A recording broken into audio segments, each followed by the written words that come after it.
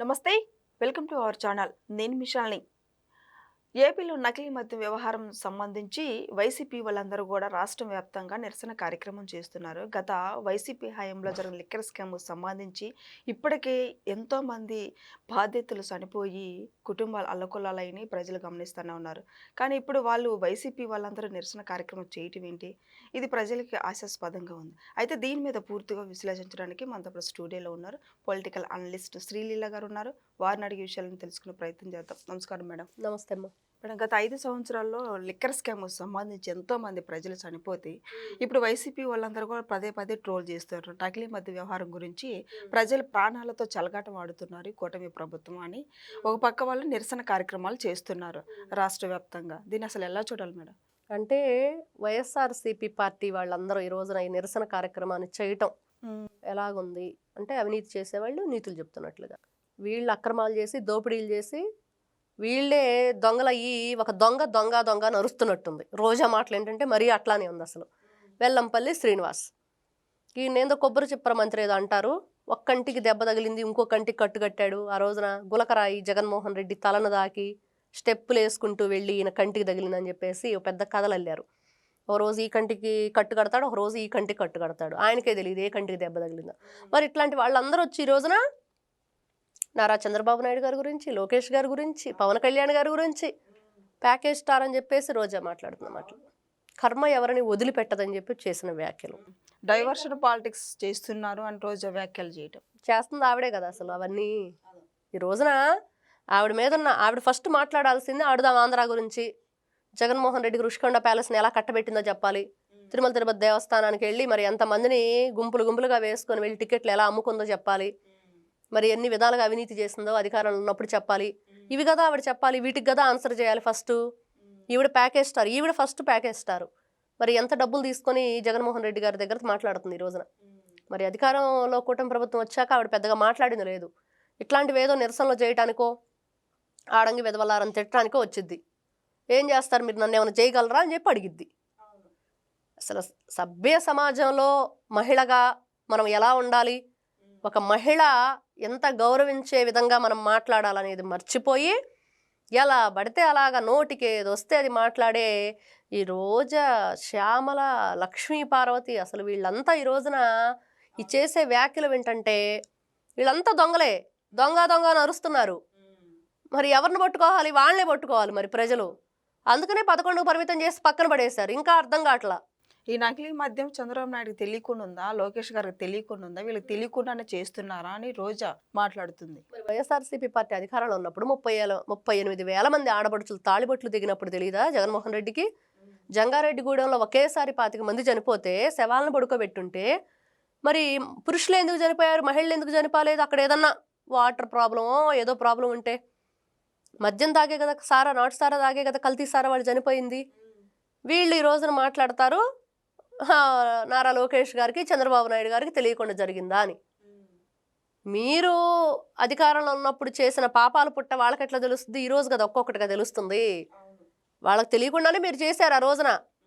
పురంధరేశ్వరి గారు వచ్చేసి ఏం జరుగుతుందమ్మా ఇక్కడ, అసలు ఈ రోజు ఎంత అమ్మకాలు జరిగినాయి, మీరు ఎందుకు స్కానర్ ఉపయోగించట్లేదు, డిజిటల్ పేమెంట్ లేదు, మరి ఎందుకు క్యాషే తీసుకుంటున్నారు, ఎంత ఆదాయం వచ్చింది ఈ రోజున, ఎంత లెక్క చూపిస్తున్నారంటే ఎవరు మాట్లాడిన పరిస్థితి లేదు ఆ రోజున. అసలు ఆ మద్యం తయారీలో ఏమి యూస్ చేస్తున్నారని. అంటే ఈ రోజున ఆఫ్రికాలో ఉన్న ప్రజలను కూడా రక్షించే బాధ్యత కూటమి ప్రభుత్వం మీద పడింది. ఎందుకంటే అంత దుర్మార్గమైన చర్యకు పాల్పడింది వైఎస్ఆర్సీపీ పార్టీ. మరి దానికి వీళ్ళు సమాధానం చెప్పాలి. ఈ రోజున రోడ్డెక్కి అరుస్తున్న వీళ్ళంతా కూడా, ఈ బ్యాచ్ అంతా కూడా ఎందుకు అరుస్తున్నారు? దొంగల బండి సినిమాలాగా దొంగల బ్యాచ్ అంతా రోడ్డు మీదకి వచ్చింది ఈ రోజున. ఎందుకంటే ఇలా ఎందుకు అనాల్సి వస్తుందంటే, గతంలో రాష్ట్రంలో ఏం జరిగినా కూడా నిమ్మకి నీరెత్తినట్లున్నారు, మన్ను తిన్న పావులాగా ఉన్నారు, మిన్నకుండిపోయారు. మరి ఈ రోజు నోర్లు ఎందుకు వస్తున్నాయి? మంచి పరిపాలన అందుతున్న టైంలో రోజా ఈ బ్యాచ్ అంతా ఏదో చేయాలనుకుంటుంది, కానీ వీళ్ళంతా జగన్మోహన్ రెడ్డి మెడకు గట్టిగా ఉచ్చు బిగిస్తున్నారు ఈ విషయంలో. ఈ ధర్నాలు ఏదో చేస్తున్నాము, మేమేదో పెద్దగా ప్రోగ్రాంలు పెట్టేసి కూటమి ప్రభుత్వాన్ని ప్రజల్లో తీసుకెళ్ళి వాళ్ళని ఏదో విమర్శిస్తున్నాం అనుకుంటున్నారు. ఈ రోజున అసలు ఈ మూలాలు ఎక్కడ స్టార్ట్ అయినాయి, ఎవరు దీంట్లో ఉన్నారు? జయచంద్రారెడ్డి టీడీపీ బీఫామ్ ఇచ్చింది అంటున్నారు. ఆయన్ని ఎప్పుడో పార్టీ నుంచి తీసేశారు, ఎంక్వైరీ జరుగుతుంది, ప్రభాకర్ని అరెస్ట్ చేశారు. అసలు అక్కడ ఉన్న ఆఫ్రికాలో ఉన్న మూలాలు ఏంటి, ఆంధ్రప్రదేశ్లో వైఎస్ఆర్సీపీ పార్టీ వాళ్ళు మొలకల చెరువు దగ్గర ఏర్పడింది ఏంటి? ఇప్పుడు సురక్ష అని చెప్పే యాప్ డౌన్లోడ్ చేసుకోమని నారా చంద్రబాబు నాయుడు గారు ప్రారంభించారు. ఒకటే ఈ రోజున వీళ్ళు చేసే ఈ వ్యాఖ్యలన్నీ, ఈ ధర్నాలు ఇవన్నీ కూడా బూమరాంగ్ అయి వైఎస్ఆర్సీపీ పార్టీ మెడకే చుట్టుకోబోతున్నాయి, జగన్మోహన్ రెడ్డిని బయటకు లాగుతున్నాయి అనేది మాత్రం వాస్తవం.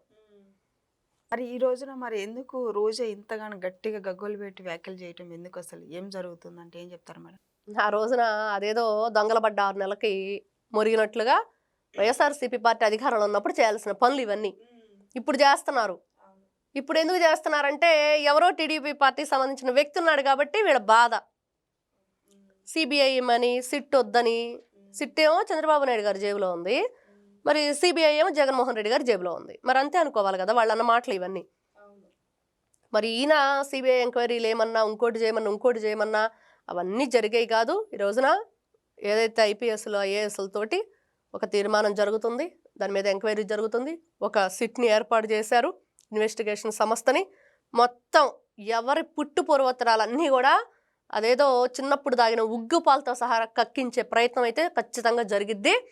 ఏం బాధపడాల్సిన అవసరం లేదు. మహిళలు తప్పు చేసినా మరి పట్టించుకోదు కూటమి ప్రభుత్వం. అందుకని వైఎస్ఆర్సీపీ పార్టీలో మహిళలుగా మేము ఎన్ని రకాల అన్యాయాలు, దోపిడీలు చేసినా మమ్మల్ని ఏమనరని చెప్పేసి వీళ్ళేదో విర్రవీగుతున్నట్లున్నారు. కుదరదు.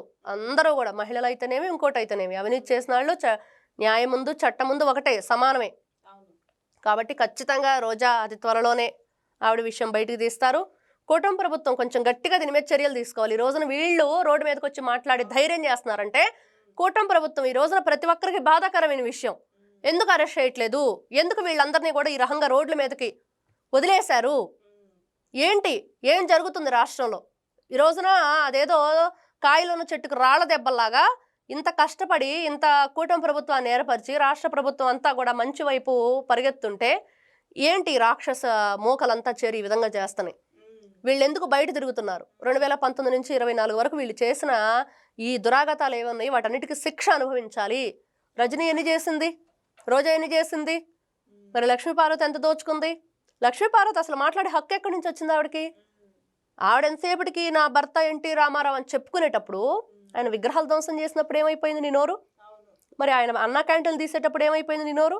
మరి అక్కడ కళాశాలకు పేరు మారుస్తుంటే ఎన్టీఆర్ది హెల్త్ యూనివర్సిటీకి అప్పుడు ఏమైపోయింది నీ నోరు? పాపం జగన్మోహన్ రెడ్డి అంటే ఈమెకు వల్లమాలిన ప్రేమ. అందుకని ఆయన నంటే చాలు ఇవిడ పరిగెత్తుకుంటూ వచ్చింది బయటికి. కాబట్టి ఇట్లాంటి వ్యక్తులందరూ కూడా వీళ్ళంతా కూడా సంఘానికి చాలా చీడ పురుగులు లాంటి వాళ్ళు. కాబట్టి దయచేసి కూటమి ప్రభుత్వం, నారా చంద్రబాబు నాయుడు గారు, లోకేష్ గారు, పవన్ కళ్యాణ్ గారు, హోమ్ మినిస్టర్ అనిత గారు దయచేసి దయ ఉంచి రాష్ట్ర ప్రభుత్వానికి పడుతున్న ఇట్లాంటి చీడ పురుగుల్ని మీరే ఏ మందు కొడతారో కానీ మనం ఏదైనా పంట పొలానికి పురుగు మందు కొడతాం. అలాంటి పురుగు మందు ఏంటంటే వీళ్ళని అరెస్ట్ చేసి జైల్లో పెట్టడమే అనేది ఈ రోజున ప్రజలందరూ కోరుకుంటున్నారు. నమస్తే అమ్మ.